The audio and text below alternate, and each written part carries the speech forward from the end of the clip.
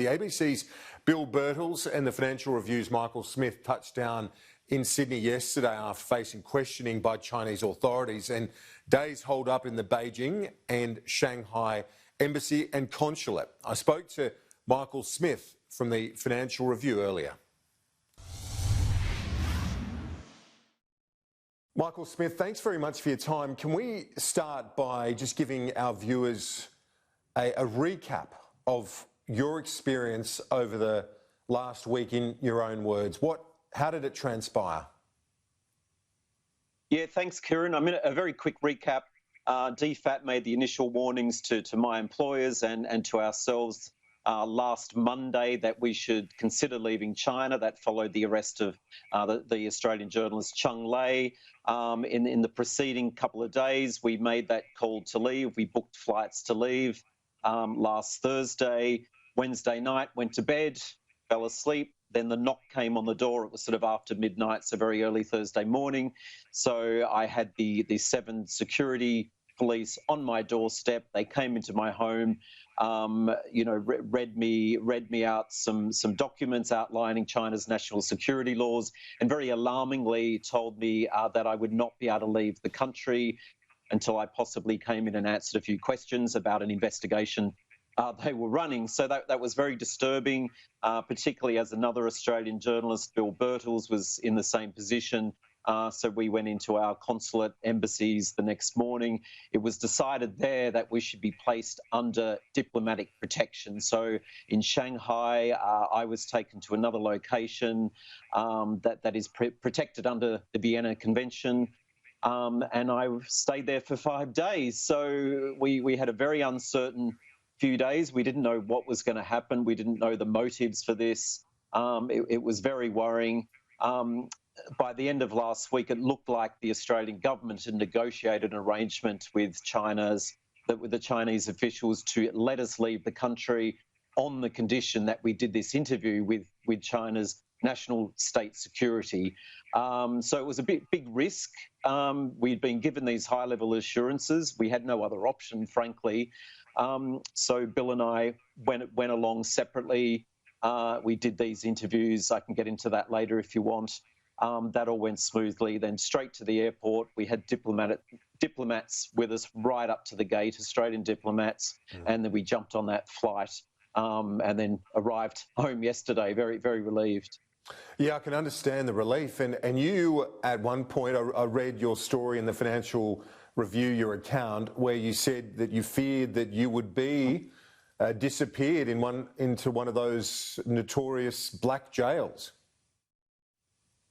That's right. I mean, it was one of those sort of darkest fears, I guess, that anyone living in China has at the back of their mind. I mean, you never really think it's going to happen to you. But when these people came into my home, sort of in the middle of the night, an Australian journalist had been detained 2 weeks earlier. I'm in my lounge room surrounded by people in uniform. And look, I didn't know what was going on.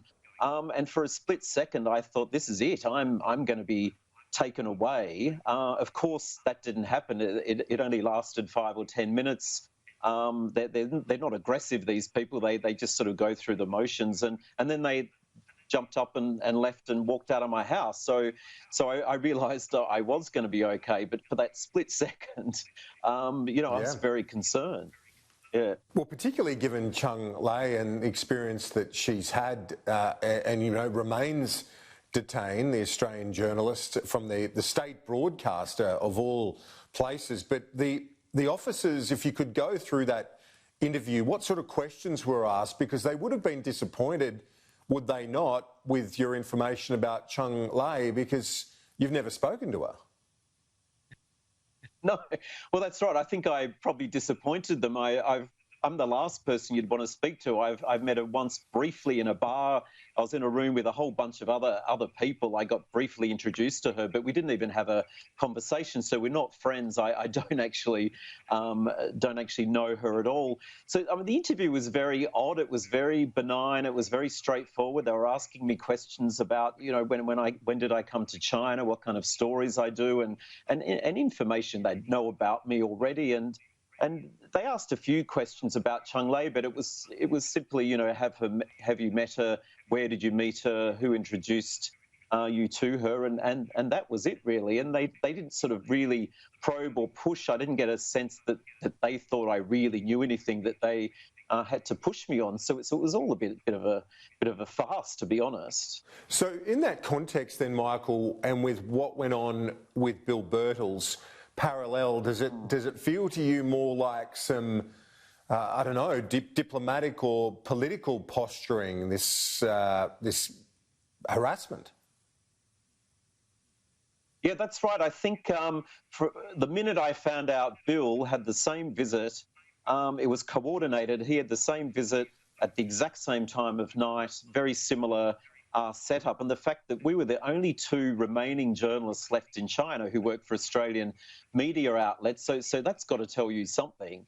There are other Australian journalists in China who work for international outlets. They don't seem to have been targeted at all. So it really says something there, and that the relationship between Australia and China is so bad.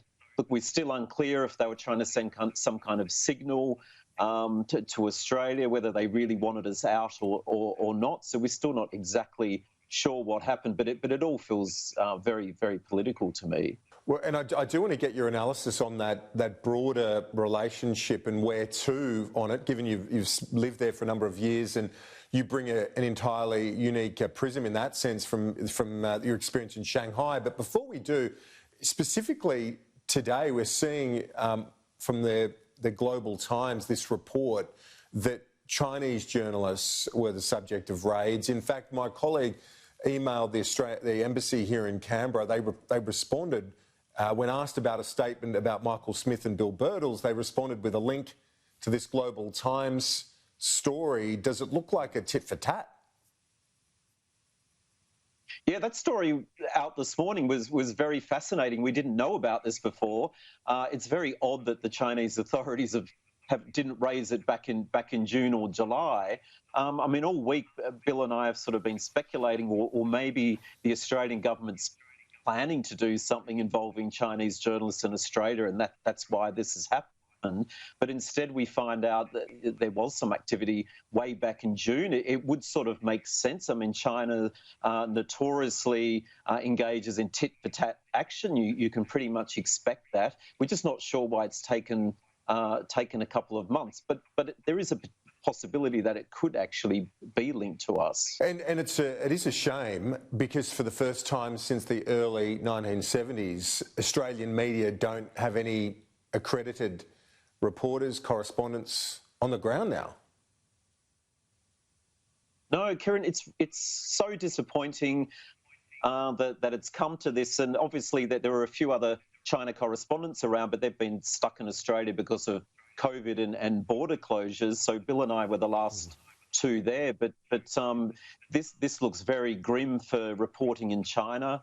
Look, a lot of American journalists have been kicked out of China recently due to tensions between Washington and Beijing. And look, it's a real shame not to have reporters on the ground in China. It's a very difficult country to understand if you're not there. And look, it does China itself a disservice if all the reporting on China is being done outside the country.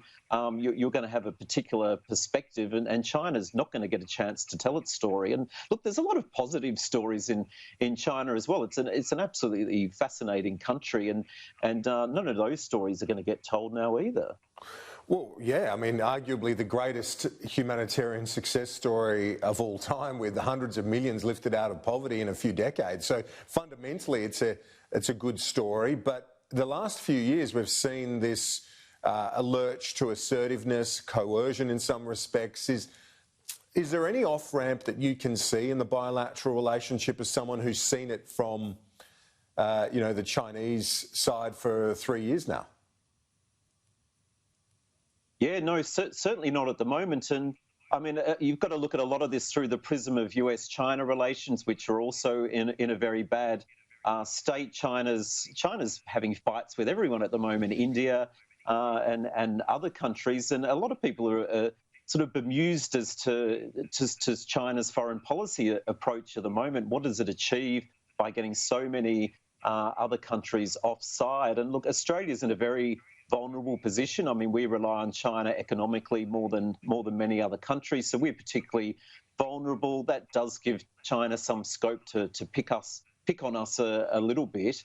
And at the moment, there seems to be no way forward. There's no circuit breaker. Look, we've really been in their bad books since the call for a coronavirus inquiry. They're not, answering our politicians' phone calls. So it's unclear to see how we deal with this. A lot of seasoned China watchers and Australians I've spoken to who have been dealing with China for a long time haven't given up. They do believe things could settle down, whether that's next year or so, and we could engage with them again. The fact is, we both still need each other. China needs our iron ore. We certainly need their trade. So, hopefully we can find a way out of this. It just seems very difficult at the moment. It sure does. And in someone who knows that economic relationship as well as you do, I know people say that, our politicians say it, but fundamentally, how dependent is the economic relationship? Or Australian policymakers and so on regularly say, oh, look, they do need our iron ore, our resources. But is it something where they could flick the switch off?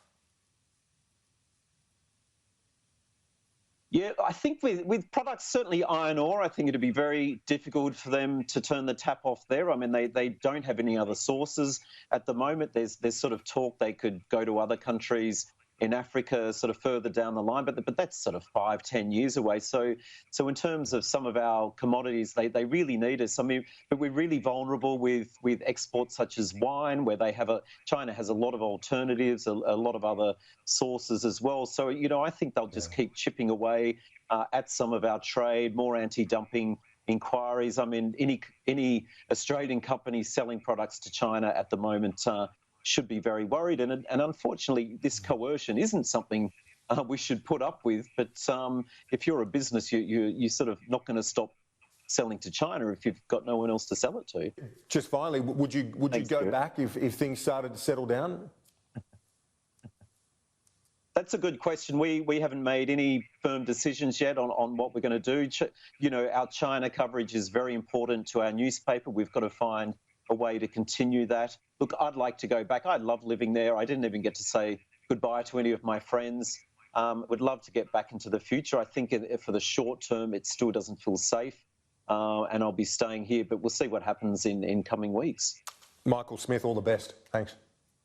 Thanks very much, Kieran. Thanks.